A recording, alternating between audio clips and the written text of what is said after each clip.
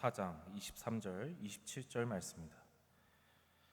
구약성경 잠언 4장 23절로 27절까지 말씀, 제가 읽고 마지막 절은 함독하도록 하겠습니다. 모든 지킬 만한 것 중에 더욱 내 마음을 지키라. 생명의 근원이 이에서 남이니라. 구부러진 말을 내 입에서 버리며 삐뚤어진 말을 내 입술에서 멀리하라. 내 눈은 바로 보며 내 눈꺼풀은 내 앞을 곱게 살펴 내 발이 행할 길을 평탄하게 하며 내 모든 길을 든든히 하라. 함께 읽겠습니다. 좌로나 우로나 치우치지 말고 내 발을 악에서 떠나게 하라. 아멘. 할렐루야. 오늘은 생명이 나는 곳, 생명이 나는 곳이라는 제목으로 하나님의 말씀을 살펴보겠습니다. 성도 여러분들은 한 주간 살아가시면서 얼마나 행복한 삶을 살아가고 계십니까? 얼마나 생명이 가득한 삶을 살아가고 계십니까? 저도 생명이 가득한 삶, 행복한 삶을 살고 싶은데요, 때때로 그것이 잘 되지 않을 때가 있는 것 같습니다. 제 삶을 돌이켜보면 제 삶 속에는 생각보다 많은 어려움들이 있는 것 같습니다. 그 어려움 속에서 저는 툭하고 화를 내기도 하고요, 툭하고 이 성을 내기도 합니다. 우리 성도 여러분들은 얼마나 그 어려움 속에서 화를 참고 성을 참으며 살아가시는지 잘 모르겠습니다. 하지만 우리 인간은 누구나면 이 어려운 상황 속에서 화를 내기도 하고 성을 내기도 하는 것 같아요. 하지만 그 성을 얼마나 참고 화를 참느냐에 따라서 우리에게 지혜가 있느냐, 얼마나 현숙하냐, 이렇게 평가하는 것 같습니다. 오늘은 그 우리의 마음을 지키는 성숙한 삶, 그 생명이 나는 우리의 마음을 지키려고 합니다. 사람은 화가 나면 자신을 제어하지 못한다고 합니다. 자기 자신을 제어하는 것이 아주 떨어진다라고 해요. 왜 그러냐라는 것을 제가 심리학 책을 한번 펴가지고 살펴봤더니 우리 인간에게는 총량의 법칙이 있다고 합니다. 총량의 법칙이 뭔지 아십니까? 총량의 법칙은요, 이 총량이라는 것이 정해져 있다라고 합니다.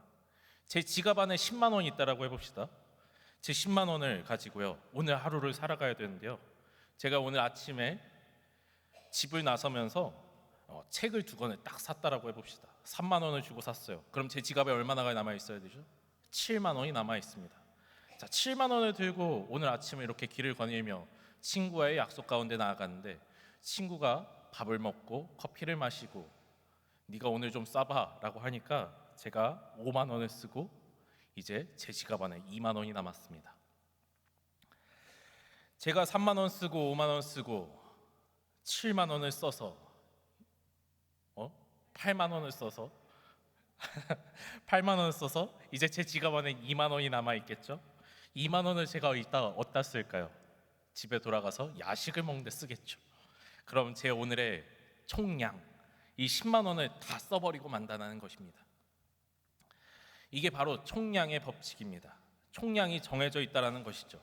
그런데 우리 인간에게도 총량의 법칙이 적용되는 것이 있다고 합니다. 그것은 바로 이 의지라는 겁니다.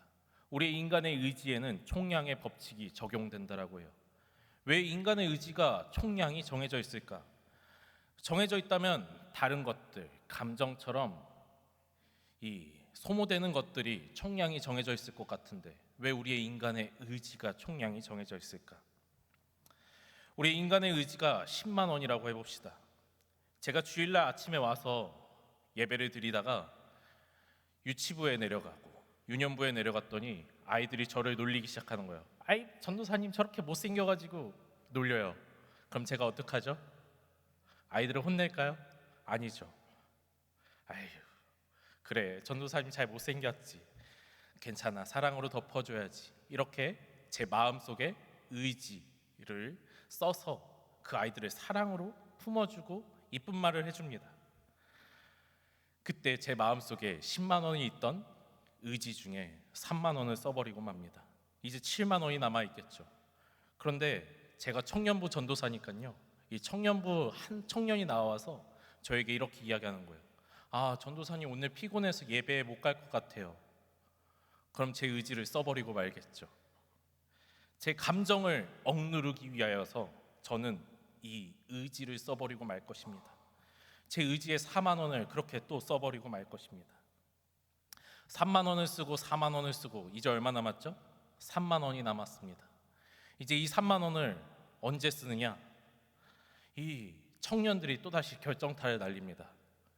회의 시간을 앞두고 청년들이 회의 시간에 모이지 않는 거예요. 우리 청년들이 회의 시간에 모이지 않으면 저는 또 화를 꾹 참으며 그래요, 헷갈릴 수 있죠.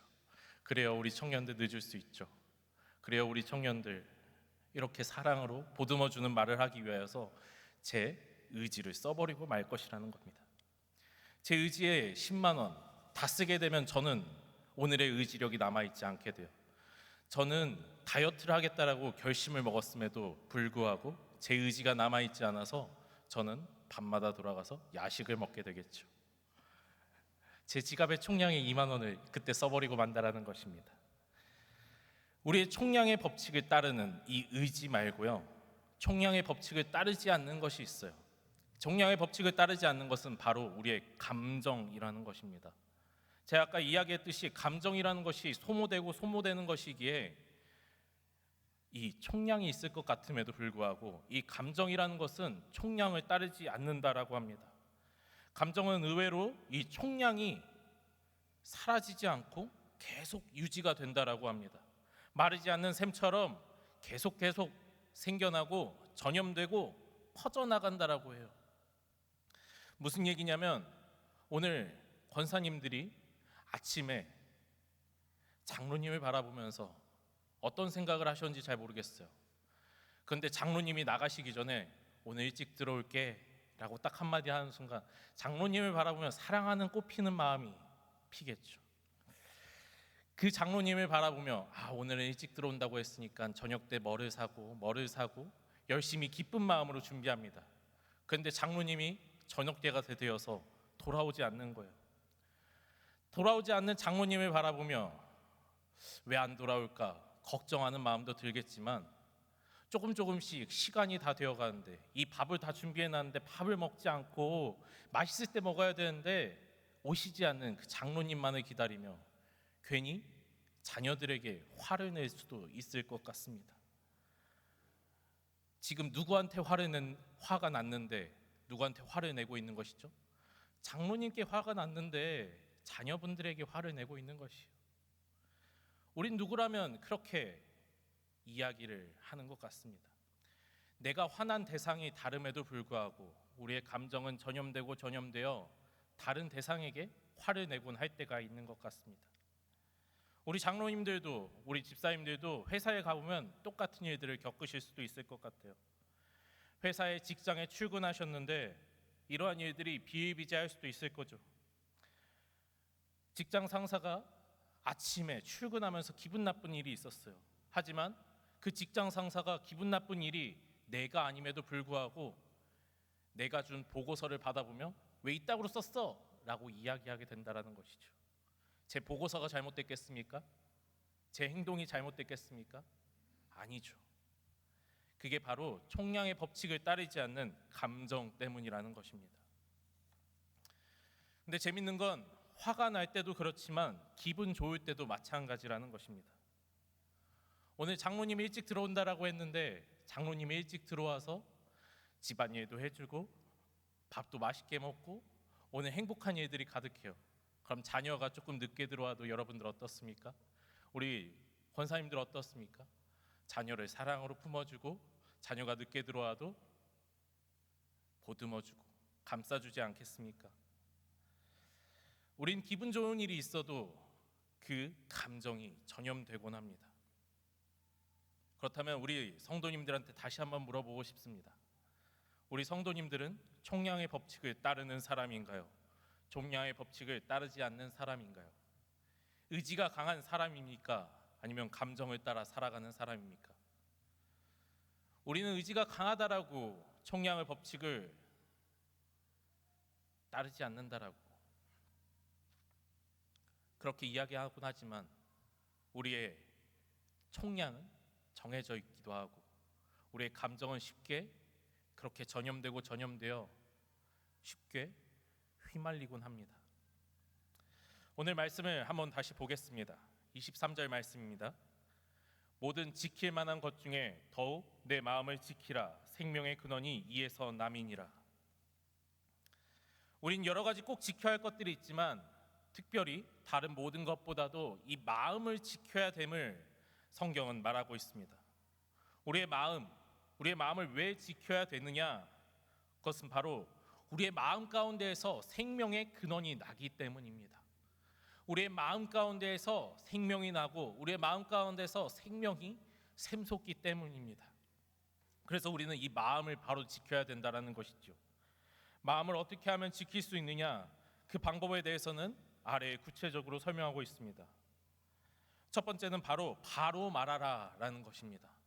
우리는 마음을 지키기 위하여서 바로 말해야 되는 것이죠. 24절 말씀입니다. 구부러진 말을 내 입에서 버리며 삐뚤어진 말을 내 입술에서 멀리하라. 우리는 마음을 지키지 못했을 때 쉽게 구부러진 말, 삐뚤어진 말을 하게 됨을 성경은 말하고 있습니다.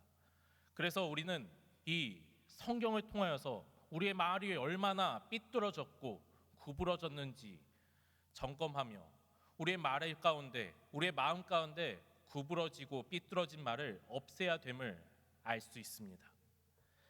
우리의 말 가운데 구부러진 말, 삐뚤어진 말, 미움이 있는 말, 부정적인 말, 이 감정이 섞인 말, 우리 마음으로부터 나온 이 말을 멀리해야 됨을 이야기하고 있습니다.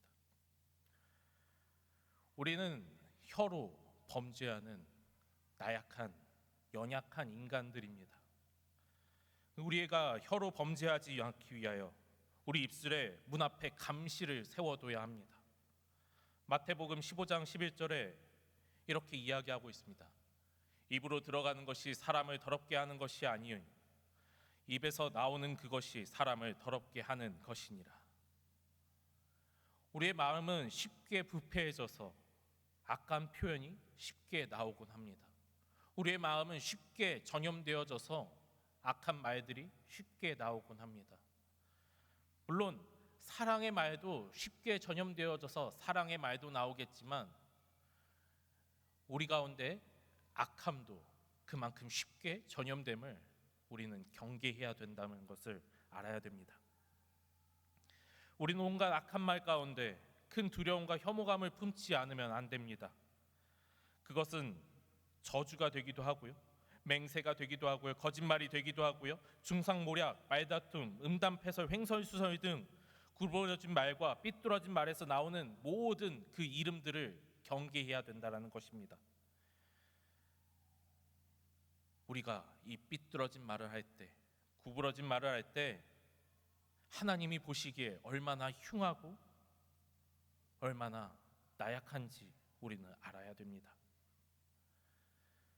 우리는 악한 모습을 한 모든 말을 삼가고 그런 말을 배울까 봐 두려워하면서 혀로 보면은 온갖 모양의 죄를 끊임없이 감시하고 확고한 결의로서 우리에게서 버리지 않으면 안 됨을 우리는 기억해야 됩니다. 그래서 우리로부터 그것을 멀리해야 되는 것이죠. 우리의 입술과 혀가 범죄하지 않게 지키려고 하는 것, 그것은 바로 우리의 의지입니다. 그런데 가끔은 우리의 필요 이상으로 이 의지라는 것이 총량을 금방 맞이하여서 우리의 의지의 한계를 맞이하기도 합니다. 분명 나의 한계는 요 정도였는데, 분명 나의 의지는 요 정도였는데, 내가 참을 수 있을 것 같았는데 때때로 참지 못할 때가 있습니다. 그 한계를 쉽게 맞이하면 쉽게 무너지고 그 한계를 쉽게 넘어서지 못하고 쉽게 좌절하고 말 때가 있습니다. 그럴 때 우리는 쉽게 홧김에 쉽게 그렇게 소중한 사람에게 험한 말과 구부러진 말, 비뚤어진 말을 하고 말 때가 있습니다. 그럴 때는 우리는 어떻게 해야 될까요? 바로 보아야 합니다. 우리는 우리의 마음을 지키기 위하여서 바로 보아야 됨을 또 성경 가운데 이렇게 말하고 있습니다. 25절 말씀입니다. 내 눈은 바로 보며 내 눈꺼풀은 내 앞을 곱게 살펴. 우리의 눈이 이 상황을 바로 보아야 된다라는 것이죠. 제가 오늘 실험 이야기를 한 가지 해드리려고 합니다. 이탈리아 심리학자들이 전 세계에서 가장 재밌는 실험들을 많이 하는데요. 특히 어떤 실험을 많이 하냐면요, 연애에 대한 실험을 엄청 많이 합니다. 이 이탈리아 심리학자들이 로맨티스트인가 봐요. 그래서 이 연애에 대한 실험을 많이 하는데요. 이 오늘 소개해드릴 실험은요, 이 날씨와 관련된 연애와 그 상관성을 두고 한 실험입니다. 여자들이 볼 때 딱 중간적인 외모, 마치 저와 같은 외모를 가진 사람이 여성들에게 다가가는 것이지요. 날씨에 따라서 근데 여자들이 반응이 바뀌게 됩니다. 제가 가서 뭐 세뇨리따라고 했겠죠. 뭐 아름다운 여성이시여라고 이야기했겠죠. 그런데 날씨가 굉장히 좋은 날 여성들에게 다가가게 되면은 그 여성들이 저에게 번호를 줄까요, 안 줄까요? 날씨가 좋은 날 여성들에게 다가가게 되면 그 여성들은 저에게 40% 정도가 번호를 주게 된다라고 합니다. 그런데 정말 신기한 게도 날씨가 좋지 않은 날, 날씨가 안 좋은 날에는 여성들에게 다가가게 되면 15% 정도가 저에게 번호를 준다고 합니다. 이거는 과학적으로 되게 놀라운 사실을 보여주고 있습니다. 이 감정만 놓고 보면요, 이 총량의 법칙을 안 따른다라고 했는데, 그저 우리와 상관없다라고 했는데, 이 날씨와는 되게 상관이 있음을 보여주고 있습니다. 날씨가 좋으면 기분이 좋고, 기분이 좋으면 너에게 전화번호를 알려줄게. 날씨가 안 좋으면 기분이 안 좋고, 기분이 안 좋으니까 너에게 전화번호를 알려줄 수 없어 라는 이 연관성이 있다라는 것이죠. 날씨에도 쉽게 우리의 감정이 전염되고 만다라는 것입니다. 재밌는 거는 그 다음에 나옵니다. 날씨가 좋은 날 그 여성에게 제가 다가갈 때 아름다운 여성이시여 저에게 전화를 번호를 주시겠습니까? 라는 멘트를 똑같이 날린다라고 해도 이 앞서 딱 한마디에 따라서 40%가 15%로 뚝 떨어진다고 만다라고 합니다. 어떻게 이 퍼센테이지가 뚝 떨어지고 마느냐? 그것은 바로 날씨에 대한 이야기를 했을 때입니다. 그 여성에게 다가가서 날씨가 참 좋지요? 저에게 번호를 알려주시지 않겠습니까? 라고 하는 순간 내가 기분 좋음이 날씨 때문임을 알게 된다는 것입니다. 이 한마디 암호로 통해서 바로 우리의 기분의 좋음이, 우리의 기분의 나쁨이 날씨 때문이고 이 상황 때문임을 인지하게 된다는 것이죠. 그래서 나머지 연관성을 이어주지 못한다는 겁니다. 이것이 시사하는 바는 바로 이렇습니다. 우리가 상황 가운데 우리는 바로 보아야 된다는 것이죠. 우리가 지금 무엇을 바라보고 있느냐, 우리가 무엇을 지금 바라보고 있을 때 우리는 우리의 사랑하는 사람에게 구부러진 말, 삐뚤어진 말을 하지 않게 된다는 것입니다. 내가 쉽게 상처를 줬던 순간에도, 내가 쉽게 나쁜 말을 했던 순간에도 내가 상황을 바로 볼 때에야 그것과 연관짓지 않게 된다라는 것이죠. 우리는 바로 볼 수 있으면 그렇게 좌로나 우로나 치우치지 않고 바로 갈 수 있습니다. 우리는 그렇게 바로 또 걸어야 합니다. 우리가 마음을 지키는 세 번째 방법, 그것은 바로 걷는 것입니다. 우리가 상황을 보는 것이 아니라 우리 주님께 눈을 고정시키고 바로 걸을 때 우리는 우리의 마음을 지키며 나아갈 수 있습니다. 우리 오늘 본문 26절 27절 한 목소리를 읽어보겠습니다. 내 발이 행할 길을 평탄하게 하며 치우치지 말고 내 발을 악에서 떠나게 하라. 우리는 바로 말하고 바로 보는 것만으로 우리를 발을 악에서 떠나게 할 수는 없습니다. 우리의 발을 악에서 떠나게 하기엔 부족할 때가 있습니다. 우리가 마음을 지키기 위해서는 바로 말하기도 하고 바로 보기도 해야 되지만 바로 걷기도 해야 됩니다. 우린 적극적으로 우리의 발을 악에서 떠나기 위하여서 노력해야 됩니다. 우리의 마음을 지키기 위하여서요. 우리의 생명에 나는 곳을 지키기 위해서요. 우리의 생명을 얻기 위해서요. 그렇게 우리는 충분히 하나님 앞에 나아가야 됩니다. 충분히 앞에 이야기했던 상황을 다시 한번 이야기해 보겠습니다. 우리가 우리 자녀들에게, 우리 직장 동료들에게, 우리 가정에서 사모님에게, 그리고 남편분에게, 장로님에게 화를 내지 않으려면 우리는 어떻게 해야 될까요? 우리는 우리의 마음의 의지대로 그 의지를 가지고 있지만 반복되는 상황 속에서 그 의지가 쉽게 무너지고 말 때가 있음을 우린 충분히 경험해 봤을 것입니다. 저도 충분히 경험해 봤습니다. 저희 부모님께 늘 사랑하는 말, 존경하는 말, 존중하는 말, 오늘은 돌아가서 부모님께 사랑의 말을 전하고 부모님을 도와드리며 부모님 앞에 효도를 해야지라고 다짐하며 나아가지만 때때로 그것이 쉽지 않을 때가 있습니다. 바로 제 삶이 힘들 때입니다. 제 삶이 지치고 어려울 때 부모님 앞에 쉽게 사랑하는 말이 나가지 않을 때가 있습니다. 그저 당장 쉬고 싶고 당장 어렵고 힘들기 때문에 그 말이 어려울 때가 있습니다.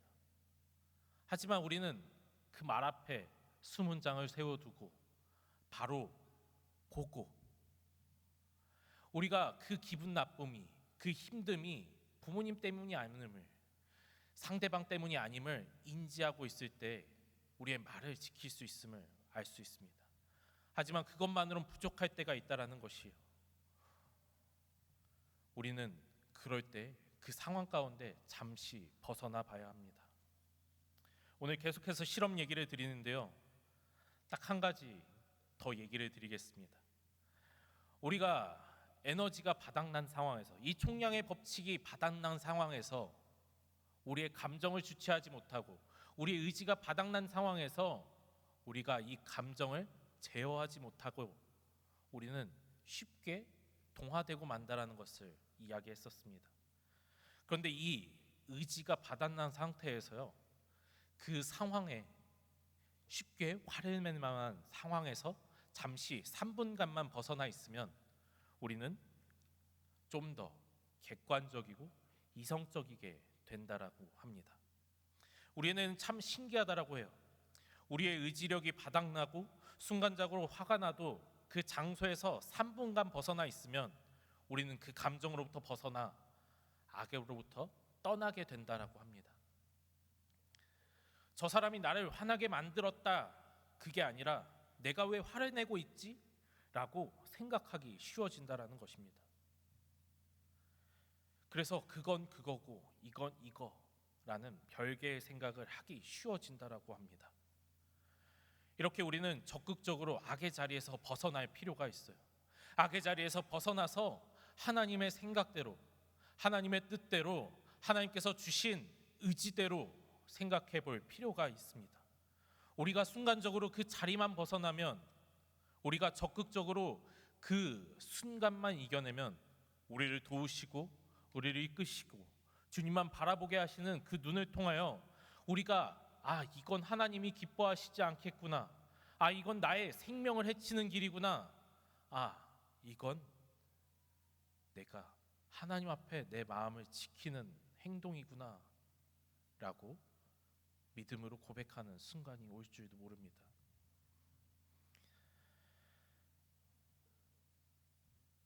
오늘 이야기하는 총 이야기는 이렇습니다. 화를 절대로 내지 말라라는 말이 아닙니다. 화를 내지 말고 그저 참으며 그저 순종하며 그저 살아가라라는 말씀이 아닙니다. 그저 억누르며 살아가라는 말씀이 아닙니다.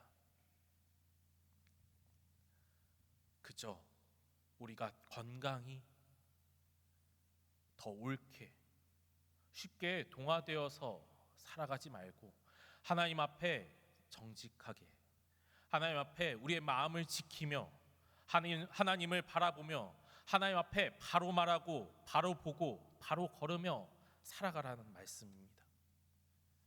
그것이 바로 건강히 사는 삶, 우리에게 생명이 있는 삶, 우리에게 하나님께서 원하시는 삶일 줄 믿습니다.